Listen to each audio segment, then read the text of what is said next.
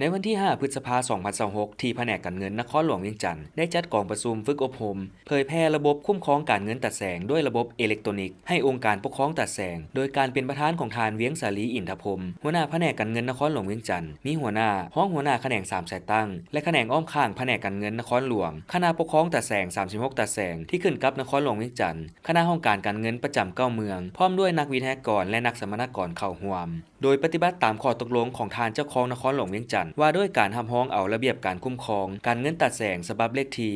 1291ทับจนวลงวันที่9ธันวาคม2025เพื่อเฮ็ดให้การจัดเก็บรายรับคุ้มครองรายจ่ายค่าบริการตัดแสงให้ถูกต้องถ้วนโปร่งใสมีประสิทธิผลแนะใส่ยกสูงความเป็นเจ้าการฉะนั้นจึงแนะใส่สร้างเศรษฐกิจของตัดแสงให้กลายเป็นตัดแสงพัฒนาสามารถรับประกันในด้านรายรับและคุ้มครองรายจ่ายของตัดแสงอย่างเป็นระบบในรูปแบบหันเป็นทันสมัยให้ไปตามทิศชี้นำของภาครัฐโดยเฉพาะแม่นข้อตกลงของท่านนายกรัฐมนตรีว่าด้วยการรับร้องเอาจำนวนตัดแสงในทั่วประเทศฉบับเลขที่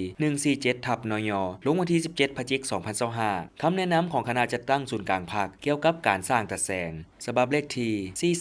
431ทับคจสพลงวันที่15ตุลาคม2025โอกาสนี้ทานเวียงสาลีอินทพรมหัวหน้าแผนกการเงินนครหลวงเวียงจันทร์ได้มีคำเห็นว่าถ้าเว้าถึงความยุ่งยากในการจัดตั้งปฏิบัติเวียงงานการเงินตัดแสงอยู่ขั้นท้องถิ่นแม้นเห็นว่ามีความยุ่งยากถ้าหากบ่มีระบบคุ้มครองที่ทันสมัยฉะนั้นแผนกการเงินนครหลวงเวียงจันทร์ก็คือแขนงคุ้มครองการบัญชีจึงได้ค้นคว้าสร้างระบบคุ้มครองการเงินตัดแสงด้วยระบบอิเล็กทรอนิกส์ขึ้นมาเพื่อรับใช้ระเบียบคุ้มครองการเงินให้มีความสะดวกในการจัดตั้งปฏิบัติระเบียบคุ้มครองด้วยระบบอิเล็กทรอนิกส์ให้เป็นเอกภาพกันพร้อมนั้นท่านยังมอบให้นักสัมมนากรผู้ที่ปฏิบัติเวียกงานต่อจริงให้เอาใจใส่ในการเข้าร่วมฝึกอบรมด้วยความรับผิดชอบสูงและภายหลังสำเร็จสุดฝึกอบรมในครั้งนี้ให้นำไปจัดตั้งปฏิบัติระบบคุ้มครองการเงินตัดแสงด้วยอิเล็กทรอนิกส์ขององค์การปกครองตัดแสงเข้าในเวียกงานของตนให้มีประสิทธิภาพและประสิทธิผล